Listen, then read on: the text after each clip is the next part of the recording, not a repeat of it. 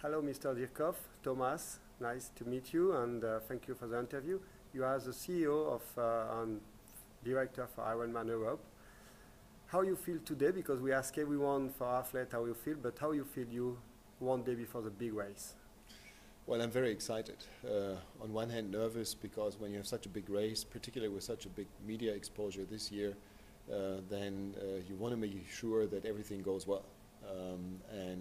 But it is also a positive excitement because I think we have never had such a big race here in Frankfurt before. I think it's a new highlight for Frankfurt, being broadcasted live on national TV. A starter field which is the who's who of long distance triathlon, a city that is boiling with regard to temperature. I mean, it will be a major event tomorrow. So of course I'm excited, of course I'm nervous. The closer you get to the race, the less you can influence it. Everything must be prepared now. So excited and nervous. For Frankfurt, you decide this year to be very close of the athlete because you know the weather will be very hot, and you decide to change something. Can you explain today what you to change for tomorrow? Yeah, I mean, we have a lot of experience in dealing with races at high temperatures. Just 1 week ago, we had a race in the US with 41 degrees. I remember very well a few years ago, we had similar temperatures in Switzerland. So we know how to deal with it, and what we usually do is, first of all, we talk and talk and talk to the athletes. We tell them this is not the weather where you want to go for a new best time. This is about gauging yourself, this is about controlling, this is about providing yourself with the right liquid and cooling and whatsoever. So we talk a lot with the athletes. We work very, very closely with the city and with the health department here to make sure that there is enough medical service. We have increased the number of medical aid people to 350 persons at the run course. So essentially every 7th athlete has his own medical aid, which he hopefully doesn't need. We have significantly increased the amount of ice. We have 12 or 14 tons of ice at the course. We have increased the amount of liquid. We have increased, as I said, the number of medical aid.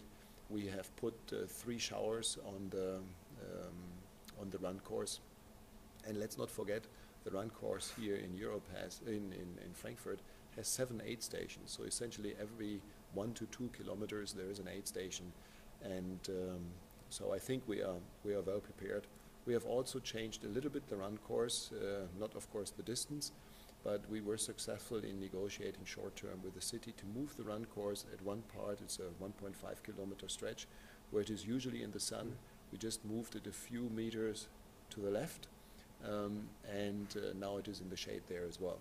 So we're very happy that the city cooperated here, and I think we have done everything that we could do. Now we are also thinking about what we can do for the spectators. We are talking with the firefighters. Maybe they come with some water. So I hope that works out as well.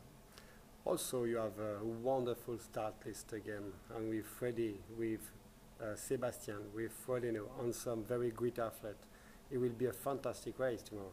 Yes, it will. I mean, I think it will be a little bit of a Kona race, or I could also say it is almost a perfect preparation race for Kona with regard to the weather. I mean, the weather is like in Kona now, except the humidity and the wind. We're working on that as well. No, better not. And we have that starter field. As I said, it's the who's who of long-distance triathlon, which I'm very proud of. But I'm also happy about the personalities because apart from the athletic performance, all these people that are starting here, be it Sebastian, be it Frederick, be it Jan, be it Andy Böcherer, or also with the women, Daniela, Julia, Michelle Westerby, Michelle, Caroline, they are all ambassadors of the sport. So very, very sympathetic, very charismatic people, and I'd like, ideally they should all win, but unfortunately there's only one first place, and the starter field is so strong. I don't dare to make a forecast. I'm pretty sure it will be an interesting and exciting race, and I think we will see great pictures. And you do something very good this year. You ask many athletes to be ambassador, and each athlete, each country he go for do Ironman, he do something nice. I'm looking after the kids. This morning do breakfast for Ava, and many ambassadors looking to help Ironman. Is very important for you. Oh yeah, that is important. I mean, Ironman is a driver of the long-distance triathlon sport, and as a result of that, also for the triathlon sport in general. We produce the pictures, and we want to fill these pictures with moments where people see this is a healthy sport, it is a positive sport, it is a fair sport, and everybody who participates here is essentially an ambassador of the sport. And we provide the sport and these ambassadors with a platform to portray the sport and themselves to the outside.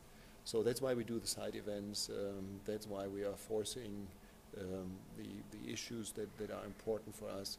I'm happy that Michelle Westerby is pushing very much the participation of women in this sport. I think we still have to go away there. It is a wonderful sport, particularly also for women. Frederick joining the kids, Jan Frodeno working in the Laureus Foundation.